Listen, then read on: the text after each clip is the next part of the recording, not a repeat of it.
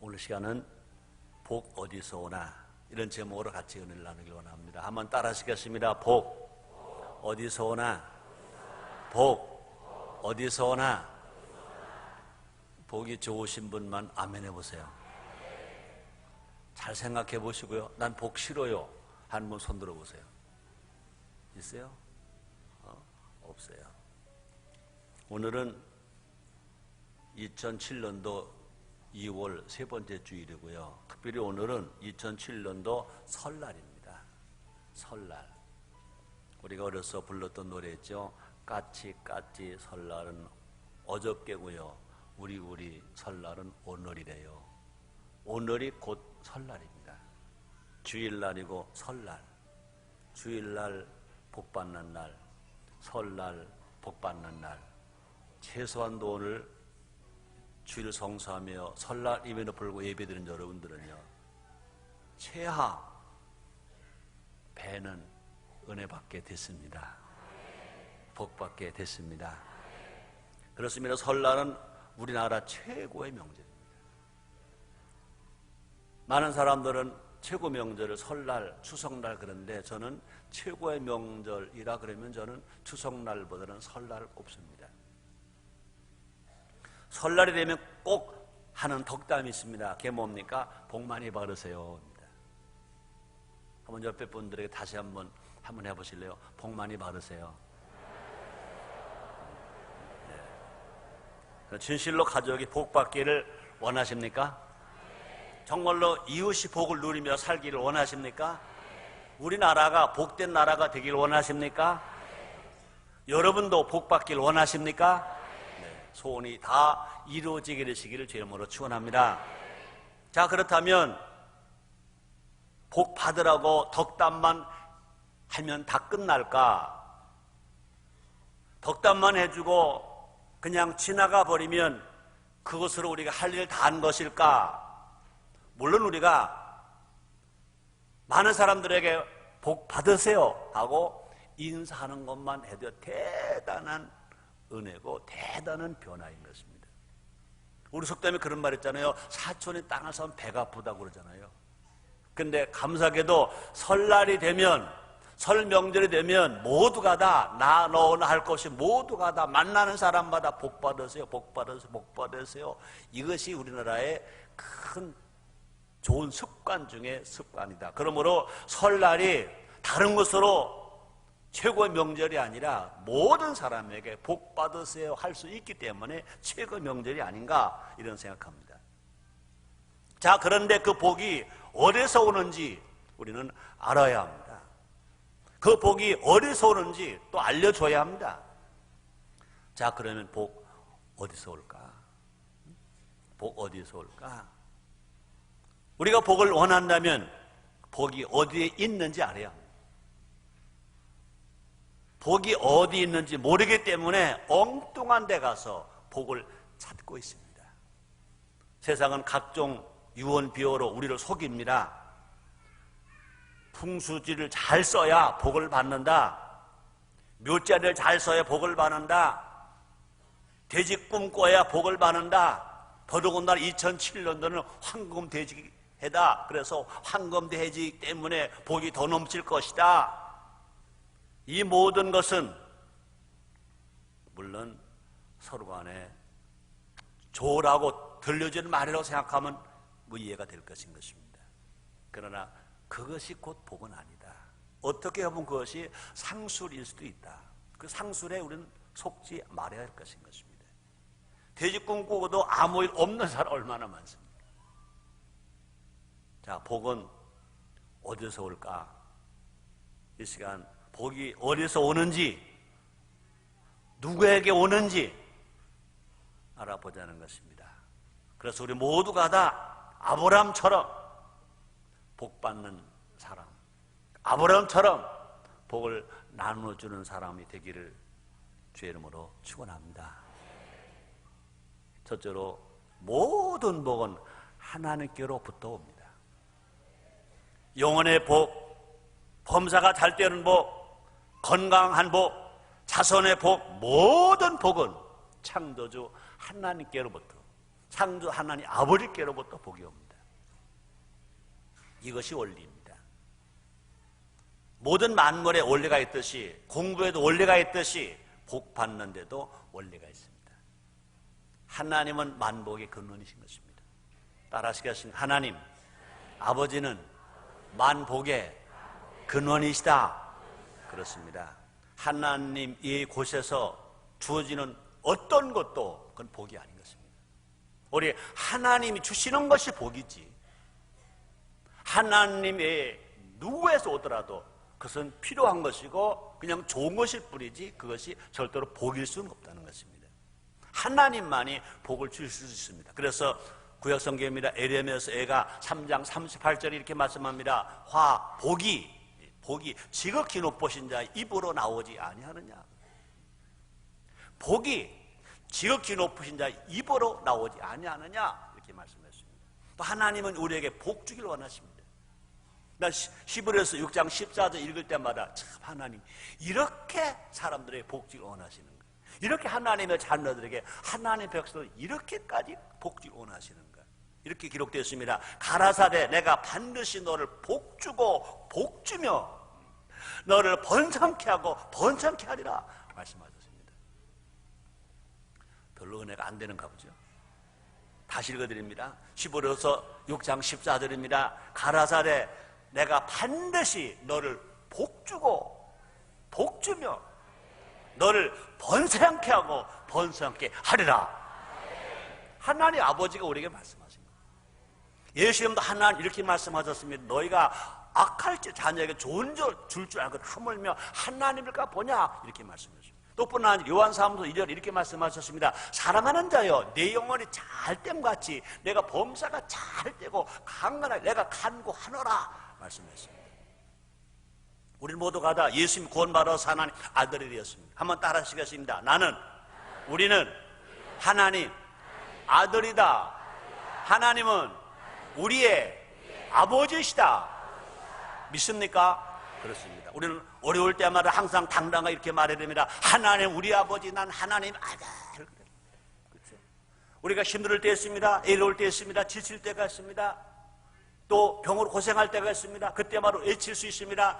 하나님은 나의 아버지, 난 하나님의 아들. 그러면은요, 염려와 근심과 불안과 공포가 일시에 사라지는 것입니다. 질병과 다 떠나는 겁니다. 가난이와 떠나는 겁니다. 귀신이 떠나는 것입니다. 한번 따라 하실까요? 하나님은 나의 아버지, 나는 하나님의 아들. 아멘. 저도 가끔 나 혼자 있을 때 그렇게 외칠 때가 있습니다. 하나님은 나의 아버지, 나는 그 하나님의 아들.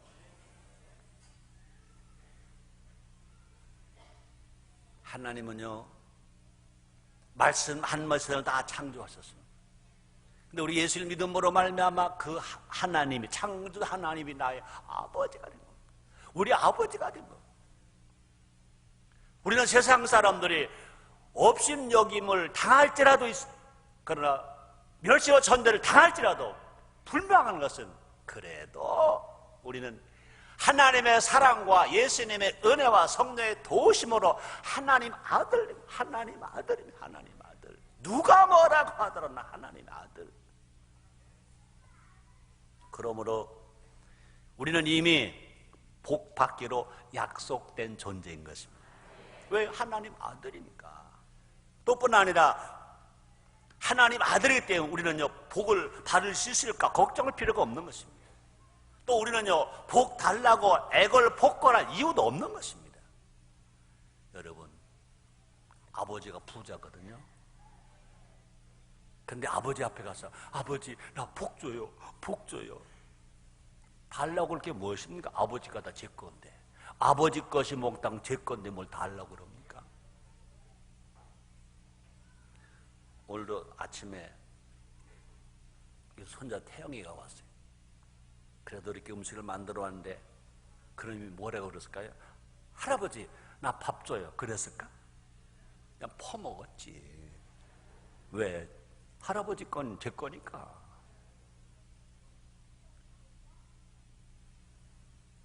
우리 모두가 다 그 하나님의 복을 받기 위해서는요, 하나님께 나오면 됩니다. 그 하나님을 경배하면 하나님 더 기뻐하십니다. 또 뿐만 아니라 하나님 아버지 말씀대로 살면 하나님께 약속하신 복을 몽땅 주시는 것입니다. 그러므로 시편 128편 1절에 이렇게 말씀합니다. 여호와를 경외하며 야훼를 경외하며 하나님 아버지를 경외하며 그 도에 행하는 자마다 복이 있도다. 하나님을 높이는 자는 하늘의 복과 땅의 복으로 충만할 것을 약속하셨습니다. 신명기 18장 12절 13절 상반절입니다. 여호와께서 너를 위하여 하늘의 아름다운 복을 열으사 네 땅에 때를 따라 비를 내리시고 네 손으로 하는 모든 일에 복을 주시리니 네가 많은 민족에게 꿀을 줄지라 넌 꾸지 아니할 것이요 여호와께서 너희로 머리가 되게 꼬리가 되지 않게 하리니 위에만 있고 아래 있지 않게 하시리니 약속하셨습니다. 근데 여러분, 우리가 하나님께 복을 받으면요, 나만 복 받는 게 아닙니다. 가정도 복을 받습니다. 사랑하는 여러분들이요, 여러분의 가정에 복 받을 것 믿으시길 주의 이름으로 축원합니다. 그렇습니다. 신명기 28장 4절 이렇게 말씀했습니다. 네 몸의 소생과 네 토지의 소산과 네 짐승의 새끼와 우양의 새끼가 복을 받을 것이며 그랬습니다. 뿐만 아닙니다. 우리 일터가 복 받는다는 것입니다. 신명기 28장 8절입니다. 여호와께서 명하사 내 창고와 내 손으로 하는 모든 일에 복을 내리시고 내 창고와 내 손으로 하는 모든 일에 복을 내리시고 농부가 농사를 하면 그 농사가 복을 받고 목주고 보는 사람이 짐승을 키우면 그 짐승이 복을 받고 닭을 치는 사람이 닭을 치면 그 닭이 복을 받고 공장 가시는 그 공장이 복을 받고 하는 일마다 복을 받는다고 지금 약속을 하셨습니다. 또 뿐 아니라 우리가 복을 받으면 하나님은 우리에게 복 주시는 것이 우리만이 아니라 나에게만이 아니라 그 나라 우리 나라도 복 준다고 말씀하십니다. 그래서 신명기 28장 1절입니다. 네 하는 여호와께서 너를 세계 모든 민족 외에 뛰어나게 하실 것이라. 여러분, 우리가 하나님의 사랑을 받고 하나님의 복을 받으면 우리 나라가 잘 되는 것입니다. 우리나라가 복받는 것입니다. 그러므로 진실 우리 하나님 애국가 가사처럼 동해물과 백두산이 마르고 닳도록 하나님이 보호하사 우리나라 만세 만세. 우리 모두 복을 구하기보다 하나님을 구합시다. 우리가 행복을 찾아가기보다 하나님을 찾읍시다. 주님 말씀하십니다. 나를 찾는 자가 나를 만날 것이라 주님 말씀하십니다.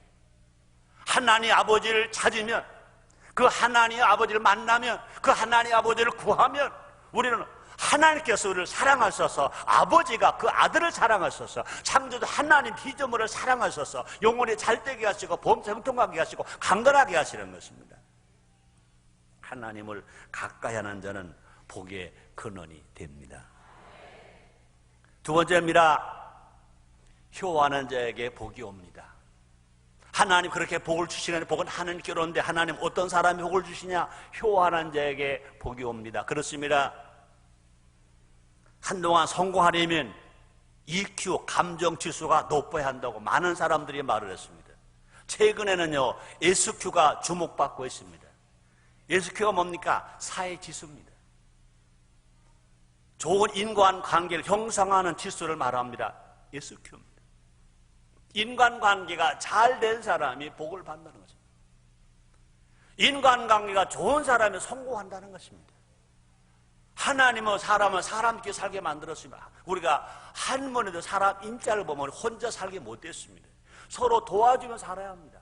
서로 받쳐주며 살아야 합니다. 그러므로 지금 우리에게 중요한 것은 IQ보다 더 중요한 것이 EQ랑 EQ보다 더 중요한 것이 뭐냐? SQ, 사회지수, 인간관계인 것입니다.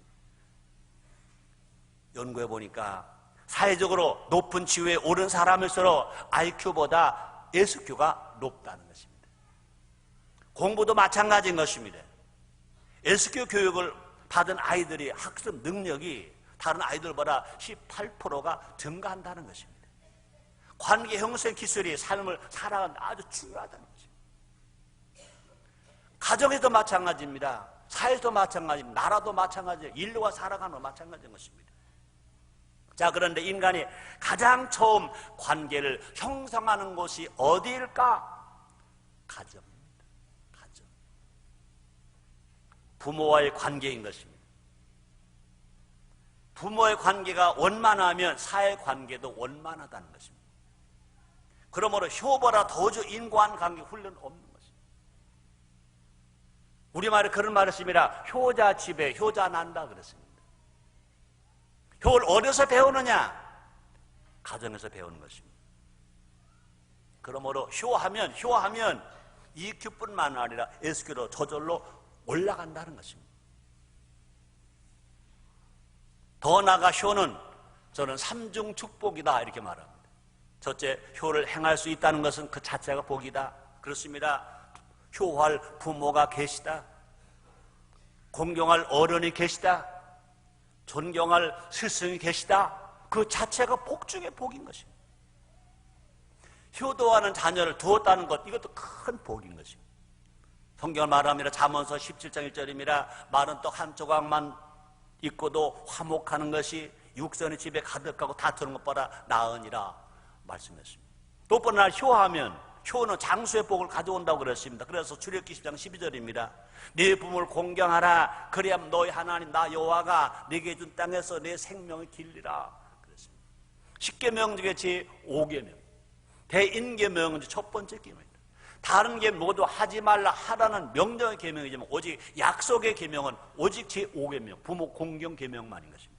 네 부모를 공경하라. 그래야 내가 준 땅에서 내 생명이 길리라. 내가 잘 되고 생명이 길리라. 장수한다 그랬습니다. 우리가 복 주신 하나님의 복의 원리로 본다면, 장수의 원리로 본다면 우리가 몸에 좋은 보약을 많이 먹는 것보다 더 중요한 것이 뭐냐? 부모를 공경하라는 것입니다. 부모에게 효한 부모에게 효할 때 하나님이 복 주신다는 것입니다. 그렇게 살아갈 때 부모로 장수하고 자녀로 장수합니다. 마음이 편하기 때문에 그렇습니다. 웃을 일이 많기 때문에 그렇습니다. 자유쌍친나기요 가와만서성이라 그렇습니다. 가족이 화목한 만가자가 이루어지는데 어떤 가정이 화목하시느냐? 자식이 부모에게 효하면 부모가 즐겁고 부모가 즐거우면 가족이 화목과 만가자가 이루어진다. 자유쌍친나기요 가와만서성이라 그랬습니다. 그러므로 자식이 부모에게 효하면 그 가족이 즐겁다는 겁니다. 건강하다는 것입니다. 또 뿐 아니라 진실로 효가 있는 가정은요 웃음이 많이 있다는 것입니다. 요즘 웃음 치료라는 것이 유행합니다. 웃음 치료 강사가 와서 웃음 치료합니다. 여러분 꼭 웃음 치료 받아야 할까? 웃음 치료 받아야 될까? 여러분 자식이 부모에게 효하면 그 자체를 즐겁게 여기면 그 부모가 자식이 효를 받으면 우리 가족들끼리 서로 기뻐하면 부모가 자식을 보니까 기뻐. 웃음치료 강사 데려다 놓고 강의 안 받아도 기뻐. 사랑하는 부모님들 웃음치료 강사 데려다 놓고 웃었습니까? 자식 재롱 보고 웃었습니까? 마찬가지입니다. 자녀들도 마찬가지인 것입니다. 부모가 계신 것 즐거운 겁니다. 아버지가 계시다, 어머니가 계시다, 할머니 계시다, 할아버지 계시다. 아 좋다. 그뿐이 아닙니다. 가족들, 부부관계 마찬가지입니다. 남편이냐 아내를 보니까 그냥 좋다. 아내를 또 남편을 보니까 좋다. 형을 보니까 좋고 동생을 보니까 좋습니다. 교회도 마찬가지입니다. 성도와 성도끼리 보니까 좋다. 장로님, 권사님 만나는 거 좋다. 구역장님 만나는 거 좋다. 성도님들 만나는 거 좋다. 성가들 만나는 거 좋다. 여러분들은요 목사 만나는 거 좋다. 그래서 좋으면 되는 거지. 뭘 웃음치료학 강사를 들어 강의를 받아야 됩니까? 여러분 주님 말씀하십니다. 성령 받으라 명령하십니다. 성령을 받으면 첫째가 사랑 열매, 두 번째가 희락의 열매를 맺는다고 그랬습니다. 우리 주님 말씀하십니다. 항상 기뻐하라 말씀했습니다. 쉬지 말고 기도하보다 먼저 항상 기뻐하라 말씀했습니다. 정말로 가족이 천국이 된다면, 서로 만나 기쁘고 즐겁게 살아간다면 굳이 웃음 치료학 강사 데려다가 강의 받을 필요 뭐 있습니까? 사랑 여러분들이요, 웃음이 있는 가정 되시기를 주의 이름으로 축원합니다. 여러분, 효가 있는 가정은 웃음이 절로 납니다. 부모가 자식을 사랑하면요 웃음이 절로 터지는 것처럼 자식이 부모에게 효하면요 웃음이 절로 터지는 것입니다. 그 가족의 미소가 떠나지 않습니다. 성경을 말합니다. 시편 128편 3절로 4절입니다. 내 집 내 실에 있는 네 안에는 결실한 포도나무 같으며 내 상에 둘린 자식은 어린 감람나무 같으로다. 여호와를 경외하는 자는 이같이 복을 얻으리로다. 또 효하면 삼중 축복 이런데 또 하나가 뭘까요? 형통의 복이 임합니다. 에베소 6장 1절로 3절입니다. 자녀들아 너희 부모를 좋아하여 순종하라. 이것이 옳으니라. 네 아버지의 어머니를 공경하라. 이것이 약속에는 첫 계명이니 이는 내가 잘 되고 땅에서 장수하리라. 이 땅을 잘 된다는 거예요. 장수한다는 것입니다. 어떻게 하는 사람에게 효하는 사람이 하나의 복 주시는 것입니다. 우리 교회는 효하는 교회, 효를 가르치는 교회. 아멘입니까? 근데 우리 교회가 하는 효는 효도 효자 효가 많이 아닌 것입니다. 효도 효자를 효한다면요 부모 어른 스승 공경하는 것만일 것인 것입니다. 그러나 우리 교회가 가르치는 효는 그렇지 않습니다. 첫째, 창조주 하나님을 아버지로 섬겨라. 두 번째, 부모 어른 스승을 공경하라. 세 번째, 자기 가족, 할머니, 할아버지, 아버지, 엄마, 남편, 아내, 아들, 딸, 고모 모두 자기 가족을 다 사랑하라. 그 다음에 자기 나라, 우리가 대한민국입니다. 대한민국을 사랑하라. 그뿐이 아닙니다. 자기가 사는 자연을 보호하고 환경을 사랑하라. 자연을 사랑하고 환경을 보호하라. 그뿐이 아닙니다. 나보다 어려운 사람이 있다. 고아가 있다. 과부가 있다. 장애자가 있다. 장기 병자가 있다. 배고프 헐버른 사람들이 있다. 그 사람들을 우리가 하나 돌봐줘야 된다. 그래서 인류 봉사, 이웃 봉사를 해야 된다. 이것이 성경적 효고 이것이 우리가 주장하는 우리의 사명이라고 애치고 있는 효인 것입니다. 전 이것을 어떻게 효로 표현할까? 저는 영어가 워낙 짧으니까 조용기 목사님께 물어봤습니다. 효를 영어로 어떻게 하면 좋습니까? 그랬더니 제일 좋은 단어는 퓨니얼 파이어티지. 근데 그것만 가지고 효라고 말할 수는 없어. 제가 힌트를 얻었습니다. 효라는 단어가 우리가 알고 있는 효라는 단어가 영어로 표시가 안 되는구나. 세계 어느 나라 말도 표시가 안 되는구나. 그럼 우리 걸로 하자. 김치도 김치고 태권도로 태권도인데 효도 효로 하자. HYO. 내가 영어가 짧으니까 깊은 영어가 아니니까 난 이렇게 정했습니다. H를 하모니로 보자. Y를 영으로 보자. O를 올드로 보자. 그래서 효는 하모니, 영, 앤 올드. 노소가 연합하고 좋아하고 더불어 사는 것이 효운동으로 하자. 보니까 맞다. 6가지 사명입니다. 그러므로 첫째, 하나님과 화합입니다. 두 번째, 부모 어른 스승과 화합입니다.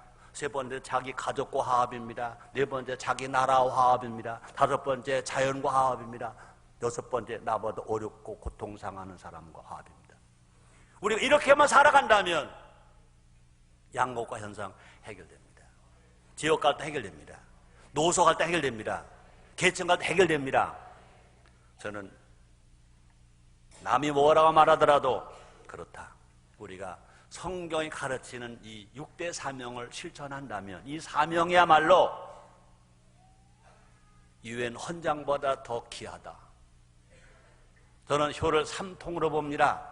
통교적이다, 통시적이다, 통념적이다. 진정한 6대 사명의 효는 통교적이다. 모든 고등 종교에 효가 있습니다. 그러므로 효는 종교를 뛰어넘을 수 있습니다. 그다음에 효는 통시적이다. 진정한 효는 세대 차이가 없습니다. 세대 차이를 뛰어넘을 수 있다. 그다음에 효는 통념적이다. 효는 이대 오르기를 뛰어넘을 수 있다. 그러므로 진실로 효가 살면 가정 행복해진다. 효가 살면 학교 교육 잘 된다. 효가 살면 사회 위기 질서가 선다. 효가 살면 경제가 산다. 효가 살면 나라가 산다. 더 나아가서 효가 살면 세계 평화도 오게 할 수 있다. 그러므로 이렇게 살아가는 사람, 하나님 명령대로 살아가는 사람, 하나님 말씀대로 살아가는 사람, 저는 이것을 효로 보는 것입니다.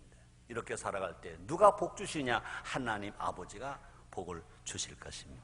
그래서 우리는요, 지역 간 계층과 세대를 초월하여 모두가 다 서로 하모니를 이룰 것입니다. 서로 힘을 합치면요, 형통할 수밖에 없는 것입니다. 그래서 우리 모두가 효하는 사람들이 되자, 효피플이 되자. 그래서 효가 살면 모두가 삽니다. 효하면 하나님이 복을 주십니다. 세 번째입니다. 청결한 마음을 가진 자에게 복이 옵니다. 마음이 청결한 자, 청결한 마음을 가진 자가 복이 옵니다. 그렇습니다. 마음은 뭐와 같았냐? 단지와 같다. 단지와 같다. 꿀을 담으면 꿀단지, 물을 담으면 물단지, 꿈을 담으면 꿈단지, 미안합니다. 또에다가 이응강을 담은 그 단지. 마음이 어떠하냐에 따라 그 사람이 결정된다 그랬습니다. 그래서 크레멘스는 이런 말을 했습니다. 마음이 바뀌면 행동이 바뀌고, 행동이 바뀌면 습관이 바뀌고, 습관이 바뀌면 인격이 바뀌고, 인격이 바뀌면 운명이 바뀐다. 많은 사람들 운명을 탓합니다. 아니, 탓할 필요가 없습니다. 자, 과연 나의 마음 상태는 어떠한가? 하나님은 사람의 마음을 본다고 그랬습니다. 사무엘상 16장 7절입니다. 나의 보는 것은 사람과 같지 아니하니 사람은 외모를 보거니와 나 여호와는 중심을 보느니라. 중심을 보느니라. 잠언서 16장 2절입니다. 사람의 행위가 자기 보기에는 모두 깨끗하여도 여호와는 심령을 감찰하시느니라. 하나님 아버지는 심령을 감찰하시느니라 그랬습니다. 청결한 마음이 복입니다. 내 마음이 청결해졌다. 내가 예수를 믿고 회개하고 성령 충만함 받아서 내 마음이 청결해졌다. 이 자체가 복입니다. 그래서 마태복음 5장 8절에 예수님 산상수훈에서 이렇게 가르쳐 주셨습니다. 마음이 청결한 자는 복이 있나니 저희가 하나님을 볼 것이며. 마음이 청결함 그 자체가 복이라는 겁니다. 하나님을 본다는 것입니다. 반대로 마음이 더러우면 사람도 더러워진다는 겁니다. 그래서 마태복음 15장 18절 이렇게 말씀합니다. 입에서 나오는 것들은 마음에서 나오나니 이것이야말로 사람을 더럽게 하느니라. 이런 사람은 하나님 복 주시려고 해도 주실 수가 없습니다. 복을 담을 마음의 그릇이 죄로 가득 차 있기 때문에 그렇습니다. 우리의 마음이 청결해야 합니다. 마음이 청결하다는 것은 뭘까? 두 마음이 아니라 한 마음을 품었다는 겁니다. 마음이 청결한 것은 뭘까? 불순물이 없이 깨끗하다는 겁니다. 마음이 청결하다는 것은 뭘까? 가짜가 아니라 정품이라는 겁니다. 종교학자 마르틴 루터가 이런 말을 했습니다. 우리가 매일 수염을 깎듯이 우리의 마음을 다듬어야 된다. 남성들 매일마다 수염 안 깎는 분 없을 겁니다. 저도요, 매일 아침에 일어나면요, 새벽 기도하려고 일어나면 3시에 딱 일어나면 제일 먼저 어디 가느냐? 세면장 가가지고 면도합니다. 어느 때는요 양치질하고, 어느 때는요 막 졸린데도 불구하고 그래. 급하니까 하다가 몇 번 저는 코끝을 잘랐어요. 이 코 밑에 있는 수염을 이제 이렇게 살살 해 급하니까 하다 보니까 코 있는 데서부터 긁어 내려가지고 몇 번 여기 잘랐어요. 그래도 또 해야 합니다. 왜요? 안 하면 우리 집사람이 야단치니까. 이틀만 제가 수염을 안 깎으면요, 왜 그렇게 가냐고 막. 사실 남성들은요 귀찮아요. 수염을 안 깎으면요 피부가 얼마나 고운지 몰라요. 얼마나 부드러운지 몰라요. 그래도 깎아야 합니다. 누굴 위해서? 다른 사람들을 위해서. 내가 왜 깎아야 합니까? 여러분들을 위해서. 내가 왜 깎아야 합니까? 지금 텔레비전을 통해서 보는 많은 사람들을 위해서. 아멘. 아이고, 나 좀 수염 안 깎으면 안 돼요. 그거 물어볼래 했더니 못 물어보겠네. 근데요, 잘 들으세요. 남성은 매일마다 아침에 세면장에 가서 수염을 깎습니다. 근데 말할 때 누떡한 말입니다. 종교 개혁자가 한 말입니다. 우리가 매일 수염을 깎듯이 우리의 마음을 다듬어야 된다. 여러분, 마르틴 루터는 믿음으로 구원받는다 애친 분입니다. 믿음으로 구원받는다, 그것만 알지 말고 우리가 매일 수염을 깎듯이 우리의 마음을 다듬어야 된다. 이거는 왜 전달이 안 됐냐고 말입니다. 그렇죠? 이 귀한 것. 그러나 내 힘으로는 안 됩니다. 힘으로 어렵습니다. 그러나 성령으로 됩니다. 힘으로 안 되고 능으로 안 되되 여호와 신으로 됐느니라. 에스겔서 36장 25절에 이렇게 말씀합니다. 또 새 영을 너희 속에 두고 새 마음을 너에게 주되 너희 육신에서 굳은 마음을 제하고 부드러운 마음을 줄 것이며. 성령이 우리에게 임하면 굳은 마음을 제하고 부드러운 마음을 준다는 겁니다. 네 번째입니다. 심어야 복이 옵니다. 근데 다른 때는 아멘이 크고 많이 하더니 심어야 복이 옵니다 그러니까 아멘이 좀 들어갔네요. 심어야 복이 옵니다. 심어야 복이 옵니다. 하나님 나라에는 세 가지 법칙이 있습니다. 믿는 대로 됩니다. 행한 대로 갚아주십니다. 심은 대로 거둡니다. 그렇습니다. 갈라디아서 6장 7절입니다. 스스로 속이지 말라. 하나님 만절히 여김받지 아니하시나니 사람이 무엇으로 심든지 그대로 거두리라. 사람이 무엇으로 심든지 그대로 거두리라 말씀했습니다. 심지 않고 거두고자 한다면 그것은 미안합니다. 도둑놈 심보입니다. 사기꾼 심보입니다. 내가 땀 흘려 심고 기쁨으로 거두는 것이 그 자체가 복인 것입니다. 시편 128편 2절입니다. 내가 네 손이 수고한 대로 먹을 것이라 내가 복되고 형통하리로다. 내가 내 손이 수고한 대로 먹을 것이라 내가 복되고 형통하리로다. 수고하고 먹는 것, 그것이 복이라는 겁니다. 수고 안 하고 먹었다, 절대로 복이 아닌 것입니다. 과연 나는 지금 무엇을 심고 있나? 무슨 씨를 뿌리고 있나? 자기가 자기 물어봐야 합니다. 갈라디 6장 8절에서 바울은 이렇게 말합니다.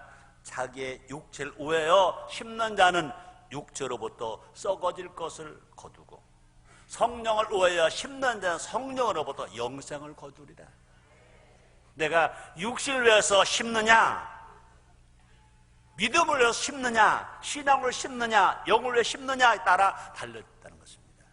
예수님 말씀하셨습니다. 마태복음 6장 33절입니다. 너희는 먼저 그의 나라와 그 의를 구하라. 그리하면 이 모든 것을 더하시리라 말했습니다. 신앙의 성장의 복을 원하면 전도해야 되고 교육받아야 되고 훈련의 씨를 심어야 합니다. 따라합시다. 전도의 씨, 신앙 교육의 씨, 신앙 훈련의 씨를 심자. 이뿐 아니라 화목을 원하면 사랑의 씨를 심어야 합니다. 건강의 복을 원하면 운동의 씨를 심어야 합니다.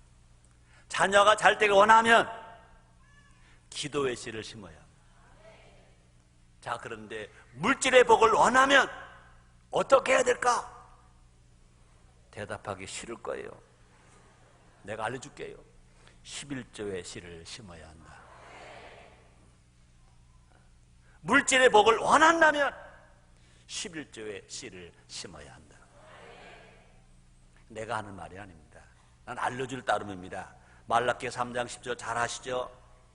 만군의 여호와가 이르노라 너희 온전한 11조를 창고에 들여 나의 집에 양식 있게 하고 그것으로 나를 시험하여 내가 하늘문을 열고 너에게 복을 쌓을 것이 없도록 붙지 아니하나 보라. 그렇습니다. 우리 하나님은요, 하나님 싫어하는 것을 금하셨습니다. 그런데 11조 가지고 하나님 아버지가 복을 주시나 안 주시나 시험해 보라는 겁니다. 하나님이 물질의 주인이십니다.